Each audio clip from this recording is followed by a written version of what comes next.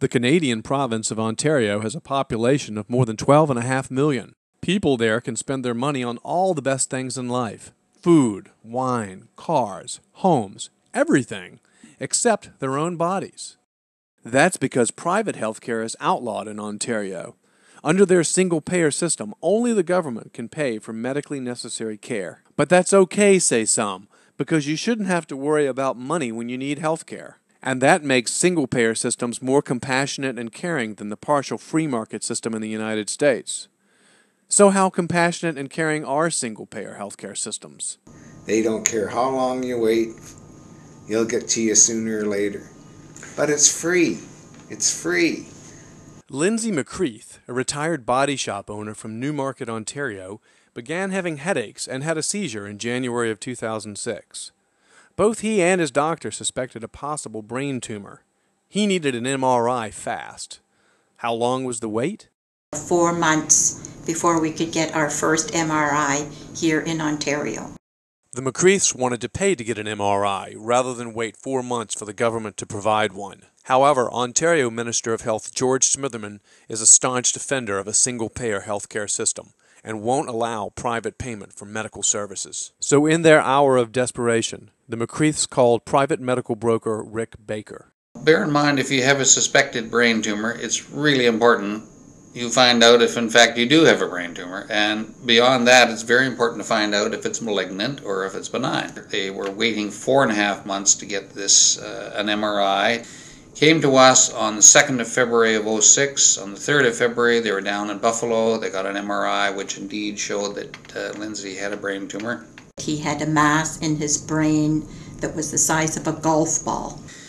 He came back to Canada with his MRI in his hand, went to see his family doctor. He was given a May the 27th date to see a neurosurgeon. Now this is back on the 3rd of February. I was angry at the waiting of 3 months. He didn't want to wait till May the 27th, knowing he had a tumor. So I got on the phone to Timely Medical, Mr. Rick Baker again. Once again, we went back to Buffalo. The surgery was scheduled for within a week's time. Our GP said go. Lindsay McCreath got his brain surgery in the U.S. The results of the biopsy? Cancer. Luckily, a well-contained grade 2 astrocytoma tumor.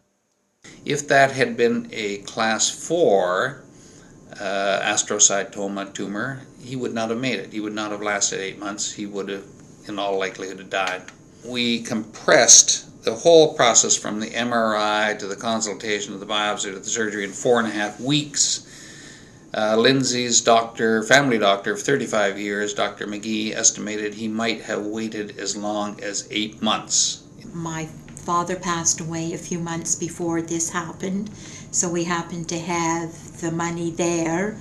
But if we hadn't, I would have put a mortgage on a home to go for the surgery across the border rather than wait 6-8 months, which is ridiculous when your life is threatened.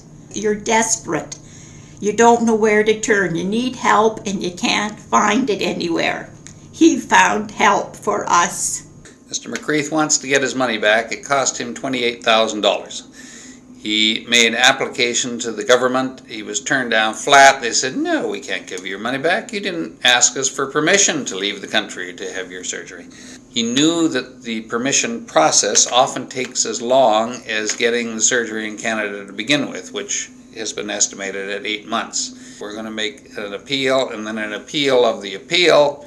We are putting the government of Ontario on notice that if they do not look favorably on Mr. McCreath's application for a repayment of his $28,000, we are going to take this as far as we have to get justice for our client, even if it means a Supreme Court lawsuit. In 2005, physician Jacques Chauly and patient George Zeliotis challenged Quebec's ban on private health insurance. Their lawsuit went all the way to the Canadian Supreme Court, and they won. Mr. Baker's lawsuit against Ontario on behalf of the McCreaths may also fare well in the courts. Isn't it ironic that while the Canadian government's monopoly on health care is slowly crumbling in the face of widespread suffering, liberal Democrats in the U.S. are pushing to adopt a system much like the one that has failed so miserably in Canada? Now, I understand that there is a movement afoot in the U.S. by in certain circles to try and duplicate the Canadian system in the U.S., trying to adopt a single payer system in the U.S. Then where will I send my clients? I'll have nowhere to send my clients. Your hospitals will be backed up. You people will be waiting 2 and 3 years for surgeries. I'll have nowhere to send Canadians.